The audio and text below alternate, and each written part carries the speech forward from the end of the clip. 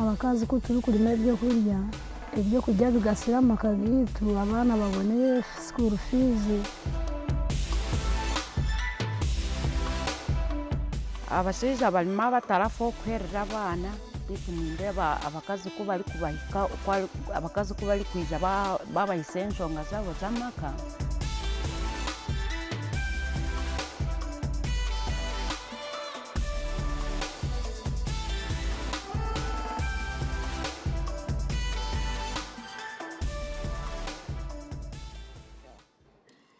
Ladies and gentlemen, please welcome to the stage President and CEO of CARE, Michelle Nunn, and our esteemed panel.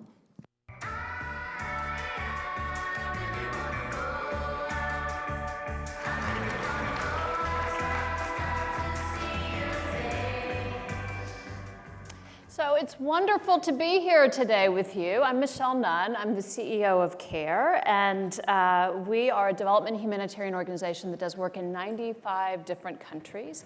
We started post-World War II Europe with the creation of the CARE package, and so we were addressing hunger at its at the root of our organization, and over time we have evolved. We now do long-term development, but also continued emergency assistance. And what we've evolved towards continues, and it continues actually today, and it's going to be a part of the conversation that we're going to talk about, is how have we and must we all evolve to meet the extraordinary challenges that face us around food, nutrition, security. And so today we're going to talk about food systems. And just to give everybody a leveling, when we talk about food systems here, for purposes of today, we're going to talk about how food travels from field to fork, growing, harvesting, packaging, processing, transforming, marketing, consuming, and disposing of food. So you all know the many challenges that face our food systems today. Just a few reminders: over 800 million people are chronically hungry, and that's on the rise. Malnutrition is responsible for almost half of all the deaths for children under age 5. And developing countries are increasingly facing the double burden of both undernutrition and also the rise of obesity. So we also know that roughly a third of our food is actually wasted, and we know the incredible threats that climate change brings. So we know that we have to create some changes, and the current reality of our broken food systems is born from inequality. And what we're going to focus on today is particularly the inequality of women and how that affects our food systems. So we know also that women play an extraordinarily important role in food production, and yet they're often the ones that eat last, are most poorly nourished, and they struggle for the basic equality around things like land titles and credit and insurance. And so we're going to talk today about the incredible challenges that we face. And we're going to focus a little bit on CARE She Feeds the World, a program that has been putting girls and women at the center in order to ensure that small-scale farmers can realize productive livelihoods and profits in their work. So She Feeds the World, which you saw a little bit about here, is focused on a very ambitious goal: 50 million people, smallholder farmers, women, that are transformed in their capacity to contribute in the next few years, by 2022. We know that we must enhance the resilience of the vulnerable and small-scale farmers, and especially focused on women. So we have the chance to highlight that today, and we have an extraordinary panel to do that. So I want to start by, first of all, thanking PepsiCo and Cargill, both for making it possible for us to have this gathering, and also for their extraordinary investment in the She Feeds the World program. I think we could not have a better panel than the extraordinary 4 women that we have gathered here today. You all have their bios. I'm just going to introduce them briefly to you, and then we're going to go into what we hope will be a rich conversation. So Christine Dougherty is the Vice President for Global Sustainable Agriculture and Responsible Sourcing at PepsiCo. Ruth Kimmelshoe is the Senior Vice President for Business Operations and Supply Chain, and she's the Chief Sustainability Officer at Cargill. Kathleen McLaughlin is the Executive Vice President and Chief Sustainability Officer at Walmart, and she's also the President of the Walmart Foundation. And Margarita Astrolaga is the Director of the Environment, Climate, Gender, and Social Inclusion Division at the International Fund for Agricultural Development, which is a long way of having to introduce yourself, I'm sure. So I'm going to start with Christine, and we've talked about the importance of women and girls and gender equality, and it's at the heart of this initiative that we're working on together called She Feeds the World. So can you just talk about why PepsiCo is prioritizing this and what's brought you to that realization of the importance? Yes, thank you, Michelle, and thank you everyone on the panel and the audience. At PepsiCo, we're super excited to partner with CARE. If you didn't know, agriculture is at the heart of PepsiCo. PepsiCo sources over 25 key commodities in over 60 countries. And we know that women are an integral part of that agricultural supply chain. And as Michelle said, women make up nearly half, and they spend more than 18 hours a day, likely in the fields. And so time poverty and access to seed, access to proper training and nutrition are a key focus for PepsiCo. So through our foundation, we've pledged over $18 million to help meet that gender inequality. And so for us, it really is a business case, because we know if we can lift those women up out of the agricultural supply chain, give them the resources that the male counterparts have, access to quality seed, training, even access to land, it's likely that they will outproduce the men 20 to 30%, and that can be 150 million additional mouths to feed. So for us, it's just great business sense. So we're super excited to partner and engage with CARE on this journey. One of the things that's exciting about this relationship is you all have committed to 5 million smallholder farmers, but more than that, you've said, we want you to realize the whole 50 million, and we want you to partner, and we're going to invest in enabling those partnerships. Ruth, we want to talk a little bit, you all are at the center of the supply chain. Talk to us a little bit about what you see as the critical needs, priorities for smallholder farmers today. So thank you, Michelle. It's great to be here.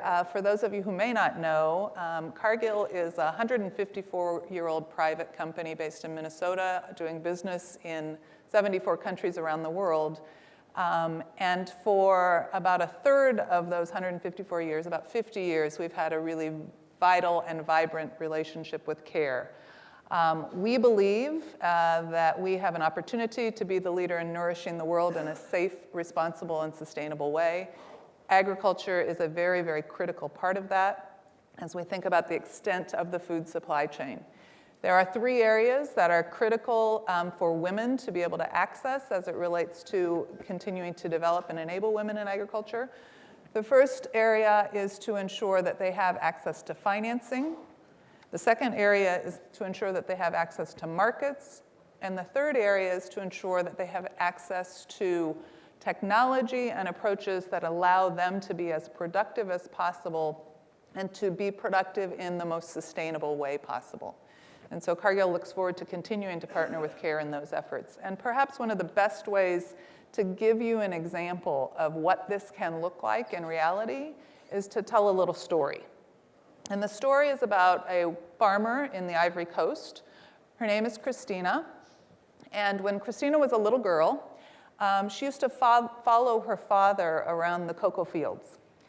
And she loved to be with him as he was farming cocoa on their small plots of land.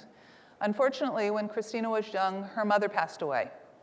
And so her father decided that he needed to send Christina away for an education and to teach her something that would be useful for a woman. And so he sent her away to learn sewing.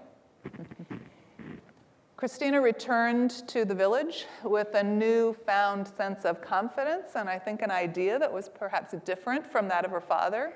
And she went to her father and she said, "Dad, can you give me a piece of land? I want to farm." Today, Christina is 64 years old. She's one of the most productive female farmers in the Ivory Coast.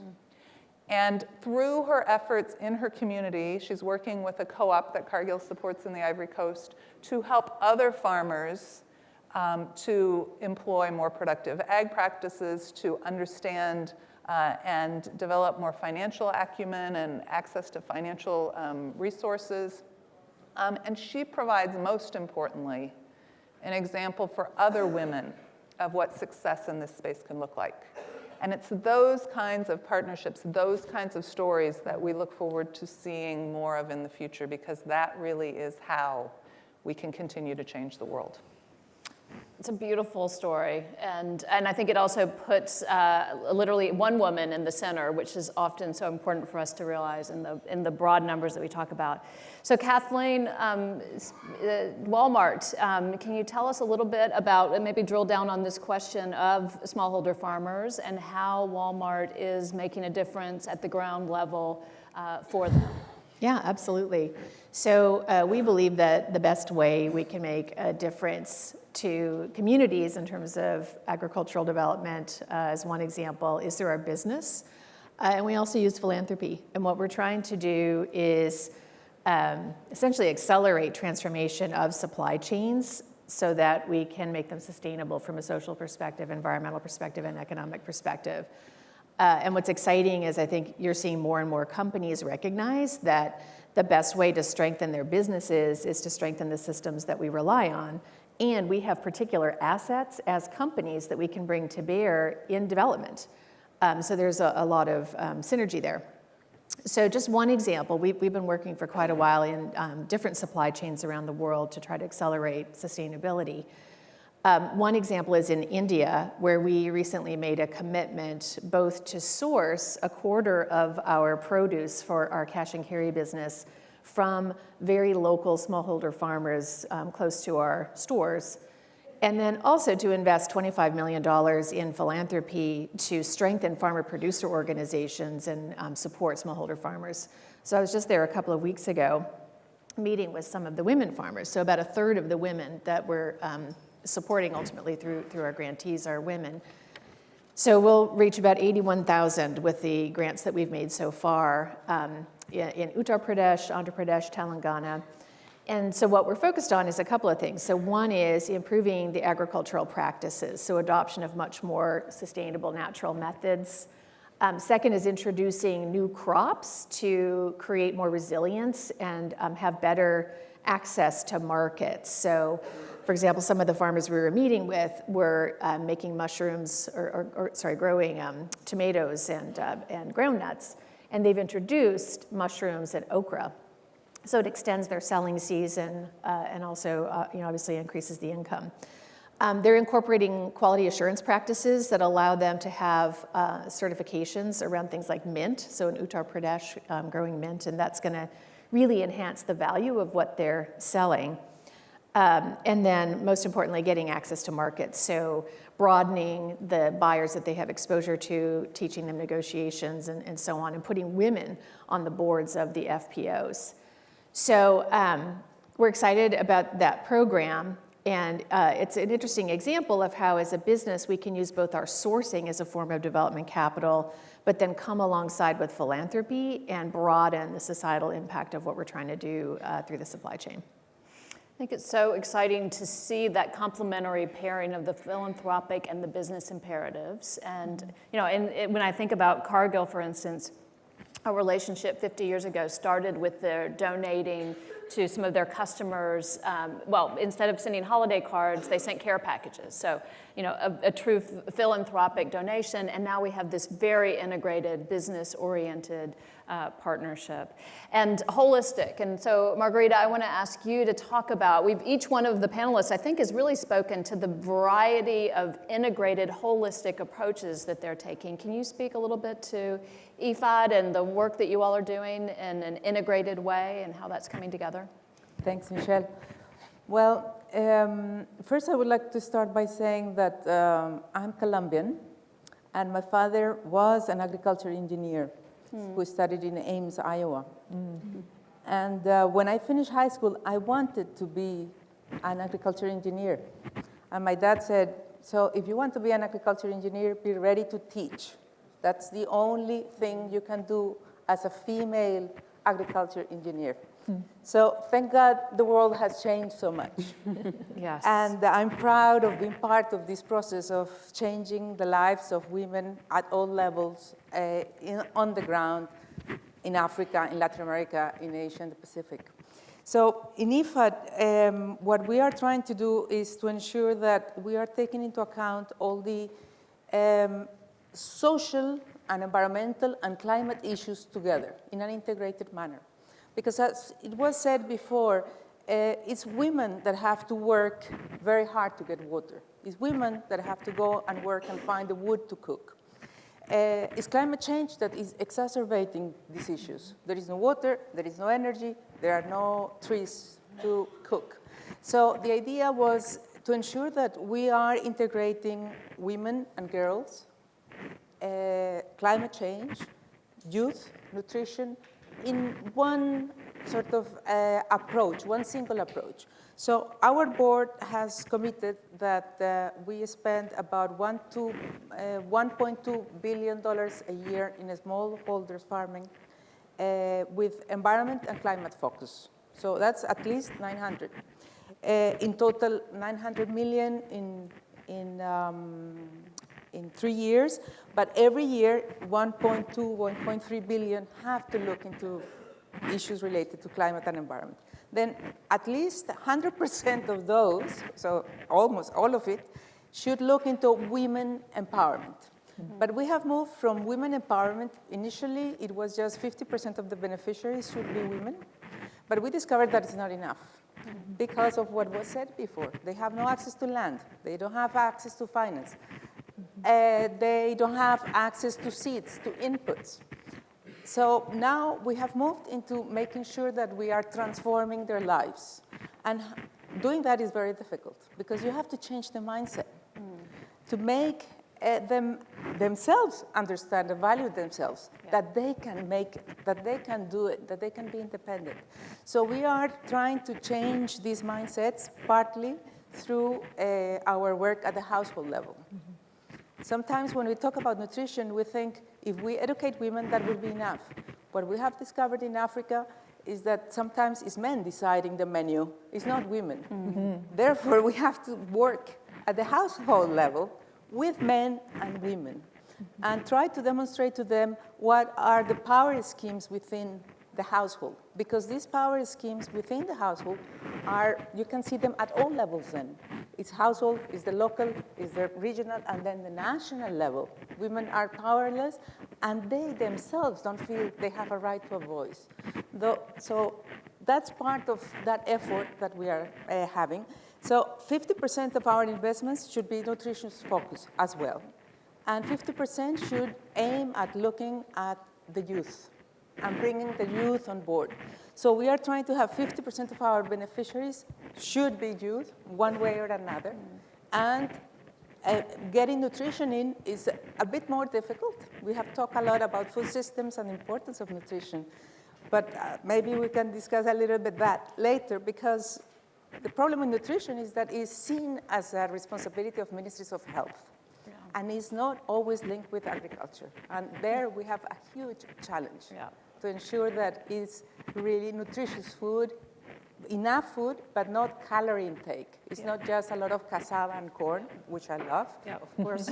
But it's not just that to help us deal with the nutrition issues. Well, I think you did a really eloquent job of talking about the complexity of this and the multifaceted ways in which we have to invest, and also the entrenched social norms that are a part of this. I mean, Christine, I want to ask you, in terms of making the business case for investing in smallholder women farmers, has it been difficult? Are there obstacles within the company itself around that?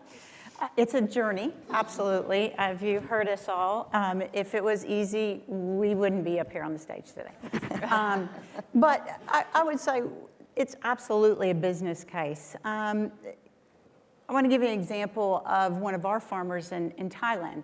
In many areas in Thailand, they irrigate the crops through flood irrigation. And so these women and men spend 8, 9, 10 hours a day making little dams to move the water around. Well, we were able to work with one particular female farmer, Ms. Bao, and bring in a pump that was powered by solar panels. She was then able to move away from flood to drip irrigation. Productivity increased, quality of the crops increased, time poverty, which many of us were seeing heads nod. Time poverty is massive. The amount of time women spend doing the multitude of tasks. By allowing her to not spend 8 hours making little canals, she was able to then get better quality seed, make a business plan for her farmer or for her farm, and an ambassador for the community. So yes, absolutely, there's an immense business case to bring up productivity and quality, but that farmer-to-farmer, peer-to-peer learning is really how we're going to make this succeed. So we have such a short period of time to cover such a big topic. So I'm going to show how efficient women are by asking you all to limit the next questions that I have to 1 minute. So I'm going to ask Ruth to tell us the power of partnership. We've been partnering for 50 years. Why it's so important, the 1 minute version. Okay. On your mark, get set, go. So as has already been said, if this were easy, it already would have been done. And the opportunity is to say, how do we bring various stakeholders together to really create a significant impact? And some of the power of partnership comes in the results that we see on the ground. We know that as we lift up women, we also lift up communities. As we improve standards of living and provide access to women and girls, the whole entire community thrives. We provide access to food, we provide access to nutrition, we provide access to water, all of the things that are so basic in enabling people to be successful and to achieve more than the generations before them have done. And so it's critical that we continue to allow and support the strengthening of communities so that we can see a more sustainable future, and so that we can address issues related to poverty and hunger around the world. And even though Cargill operates in 74 different countries around the world, we're not everywhere, and we're not interacting with everyone. And so it's through the partnerships that we're able to magnify and amplify our presence, and also to support the presence of those various partners. Yeah. Well done, thank you. Kathleen, can you tell us in 1 minute or less how you're driving change through your supply chain? Wow. Yeah, so we imagine a grid of every commodity that we sell. Produce, meat, seafood, apparel, toys, you name it. And then issues, so climate, waste, women, livelihoods, chemicals, food safety, forced labor. So on that grid, it's a heat map, and we focus intensely either on columns or rows or sometimes a single cell. If, seafood forced labor is one. And so in each of those, we're trying to accelerate change in the way the system works. How does the supply chain work? And we're using multiple assets. So relationships with suppliers, technology, policy, investments through philanthropy, if it's an issue that's quite systemic and goes beyond just a Walmart supply chain. So we bring those assets to bear in combination to accelerate change all the way from production of that commodity to transport to the use and end of life, trying to make a circular economy in each of those cases. I'll give you one example, climate change. We made a commitment, I think we were the first retailer to set a science-based target for emissions reduction in our own business, but also the supply chain, where of course most of the emissions lie. And so we created a platform called Project Gigaton. We need to take out 1 gigaton of emissions between now and 2025 through this platform. So we're working in energy efficiency and renewable energy, waste, packaging, sustainable agriculture, deforestation initiatives, and product design. And so we've asked our suppliers to sign up and make their own SMART goals, commitments in those areas. And then we're working with about 12 conservation organizations, everyone from CDP to World Wildlife Fund to CI, TNC, EDF, all those folks who who each bring different skills to bear, different practices, different tools, and we're sharing with suppliers how to make progress in those areas. We now have over 1,100 suppliers signed up. And we reported in our ESG report a few months ago that we're already at 93 million metric tons emissions avoided toward the billion goal. So we're right on track. That's how we do it. So we try to drive through the supply chain and use business as an accelerator of social change. And what you said is so right. It's social, environmental, economic. We have to solve for equilibrium across those simultaneously, or it's not sustainable.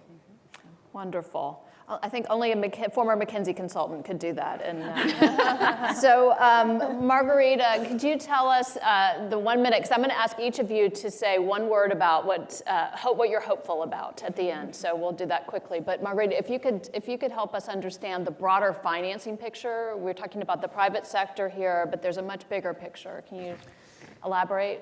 Yes, I think in agriculture, we obviously have the multilaterals playing an important role.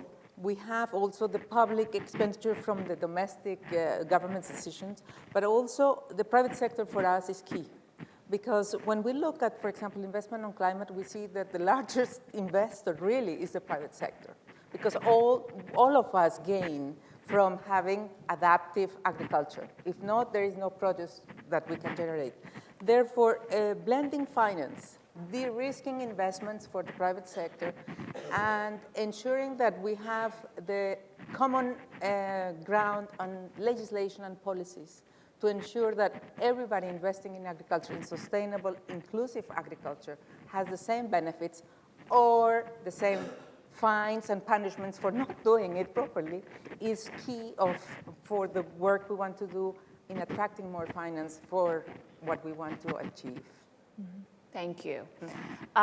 Terrific. So maybe we'll end on a hopeful note, because this is a big, complicated topic, and I think we all need to believe that there's something that we can take action on or something that we can be hopeful for. So can you each, just in a few sentences, say either what you're hopeful for or one action that you think that we should be collectively endeavoring to take on? Absolutely. I'm hopeful for driving impact. Making sure the efforts that all of us are doing are making an impact on the ground. And so that's what I'm hopeful for. Yep. I am hopeful and excited about bringing the voice of farmers, and especially women farmers, to the conversation. I think the more that we listen, the more we will learn, and the more that will enhance our ability to actually have an impact and to drive change. And so contrary to a lot of the conversations that we hear today or a lot of the concerns that are expressed, I'm actually very hopeful and optimistic about the power of agriculture to not only transform itself to produce more sustainable food for the world, but also the power of agriculture to transform communities and to raise people up. Wonderful. I'd say two things. One is the convergence between environmental and social factors and economic factors, and the recognition of business to incorporate ESG considerations into their financial decisions. So that's one. I think more and more you're going to see companies do the kinds of things that these companies are doing to drive that progress on environmental, social, and economic market outcomes.